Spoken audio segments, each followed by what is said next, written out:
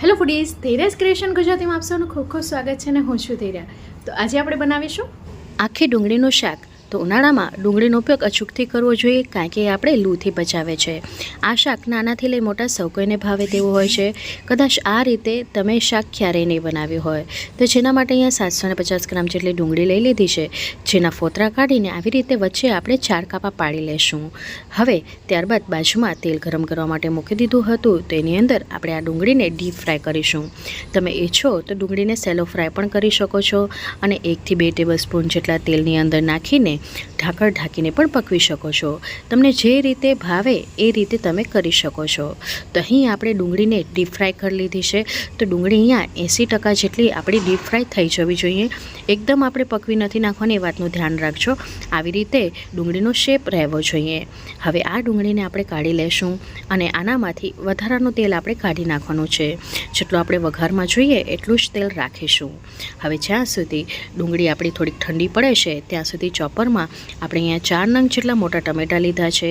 5 નંગ જેટલા લીલા મરચાં નાખીને આપણે ઝીણું ઝીણું ચોપ કરી લેશું. પ્યોરીની જગ્યાએ આવી રીતે અધકચરું પીસીને લેશું, તેનું ટેક્સચર શાકમાં ખૂબ જ સરસ આવે છે.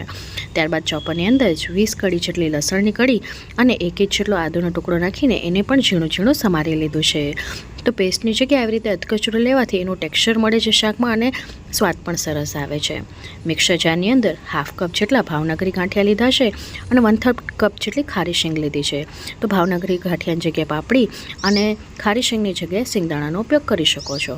એને પણ આપણે પીસી લીધું છે ને એને સાઈડમાં મૂકી દઈશું. હવે એક બાઉલની અંદર આપણે ઘાટું દહીં લેવાનું છે. પાતળું લેશો તો એ ફોદા ફોદા થઈ જશે, તો ઘાટું દહીં લેવાનું. 2.5 ટેબલસ્પૂન જેટલું લીધું છે. જો ઘાટું દહીં ન હોય તો તમે જાણીમાં ને નીતરવા મૂકી શકો છો. વધારાનું પાણી નીતરી જાય પછી એનો ઉપયોગ કરવાનો. હવે શાકના માપનું મીઠું નાખીશું. 1 ટેબલસ્પૂન જેટલું ધાણા જીરું પાવડર, 1 ટીસ્પૂન જેટલી હળદર પાવડર અને અહીં કશ્મીરી લાલ મરચાંનો ઉપયોગ કર્યો છે.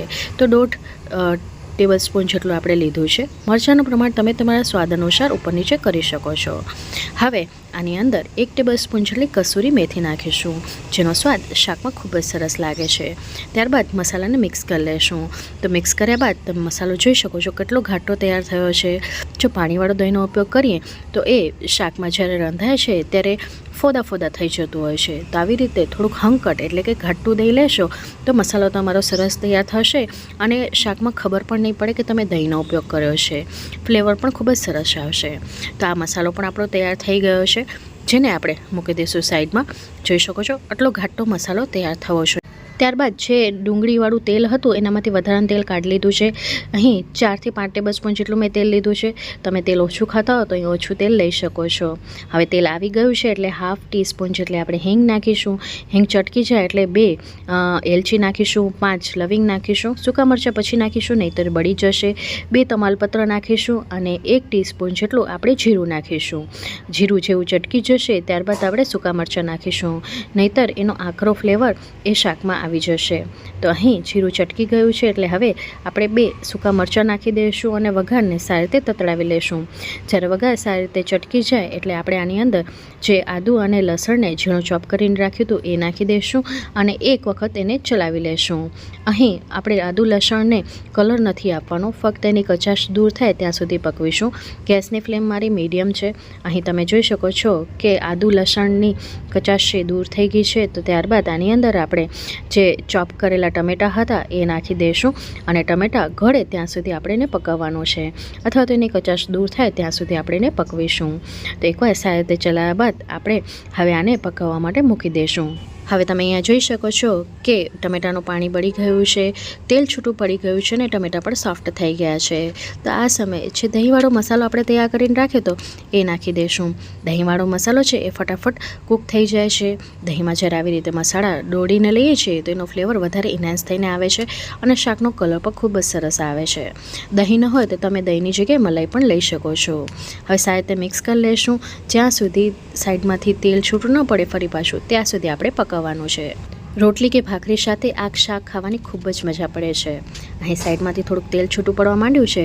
તો જે બાઉલની અંદર આપણે મસાલો ડોળીને રાખ્યો હતો એની અંદર થોડુંક ગરમ પાણી નાખીને આ સમયે નાખી દઈશું, જેથી હજી આપણે આ મસાલાને પકવી શકીએ. તો અહીં જેટલો સારી રીતે મસાલો તમારો પાકવેલો હશે ને એટલો જ શાકનો સ્વાદ સરસ આવશે.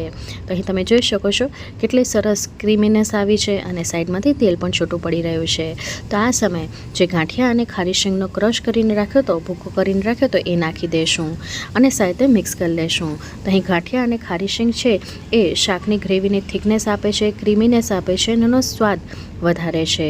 તો આ રીતે જો અત્યાર સુધી શાક ન બનાવ્યો તો અચૂકથી બનાવજો. ઘરવાળા તમારી વાહ કરતા નહીં થાકે એ ખાતરી સાથે કહું છું. હવે જ્યારે શિંગદાણા અને ગાંઠિયાનો ભૂકો નાખી દો એટલે ગેસની ફ્લેમને સ્લો કરી દેવાની, કારણ કે એ તળિયે ચોંટવા બેસે છે. તો એ વાતનું ધ્યાન રાખવાનું છે. હવે આ સમયે મસાલામાં મીઠું થોડુંક ઓછું લાગી રહ્યું હતું એટલે મેં થોડુંક મીઠું નાખી દીધું છે. અને હવે આની અંદર ગરમ પાણી નાખીશું. તો તમને શાકની ગ્રેવી જેટલી પસંદ હોય ને એ પ્રમાણે પાણી નાખવાનું.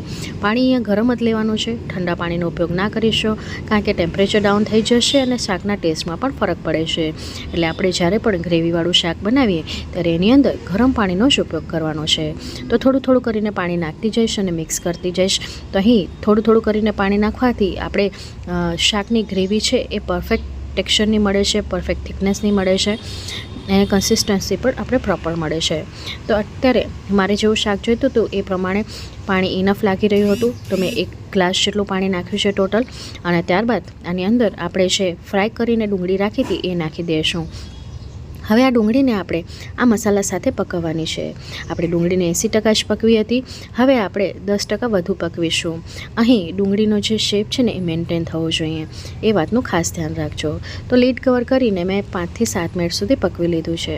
તો 5 થી 7 મિનિટ બાદ તમે જોઈ શકો છો કે સાઈડમાંથી તેલ છૂટું પડી ગયું છે ને શાક આપણું પ્રોપર તૈયાર છે. પણ હજી પણ આમાં અમુક વસ્તુ ઉમેરવાની બાકી છે. તો એકવાર તમે ટેક્સચર જોઈ શકો છો કેટલું ક્રીમી તૈયાર થયું છે. ઢાબાનું શાક અને પંજાબી શાક ભૂલાવી દે તેવું આપણું આ દેશી શાક તૈયાર થયું છે. તો છેલ્લે આની અંદર બારીક સમારેલી કોથમીર નાખીશું, 1 લીંબુનો રસ નાખીશું અને 1 ટીસ્પૂન જેટલો ગરમ મસાલો નાખીશું. તો ફ્રેન્ડ્સ, તમે મારો વિડીયો કયા ગામ, કયા શહેર, કયા મેગા સિટીથી જોવો છો કમેન્ટ બોક્સમાં લખીને જરૂરથી જણાવજો. એ જાણીને મને ખૂબ જ આનંદ થાય છે. અને આજની અમારી રેસિપી તમને કેવી લાગી એ પણ જરૂરથી જણાવજો. કલર જોતાં જ તમને ખ્યાલ પડી ગયો હશે કે આ શાક ખૂબ જ લબાબદાર તૈયાર થયું છે ને ફ્રેન્ડ્સ. તો આ શાક તૈયાર છે સર્વ કરવા માટે. તો ફ્રેન્ડ્સ, આજની અમારી મહેનત તમને કેવી લાગી કમેન્ટ બોક્સમાં લખીને જરૂરથી જણાવજો. જો રેસિપી ગમી હોય તો પ્લીઝ વિડીયોને લાઇક, શેર, ચેનલને સબસ્ક્રાઈબ કર્યા વગર ન જોજો. બાજુમાં આપેલ બેલ બટન જરૂરથી દબાવજો, જેથી મારા આવનારા વિડીયોઝની નોટિફિકેશન તમને મળતી રહે. તમારો સપોર્ટ મને ખૂબ જ જરૂરી છે, તો આમ જ સપોર્ટ અને પ્રેમ કરતા રહેજો. હું ફરી મળીશ આવી જ નવી ઇન્ટરેસ્ટિંગ રેસિપી સાથે. ત્યાં સુધી આવજો. Bye, take care. Thanks for watching.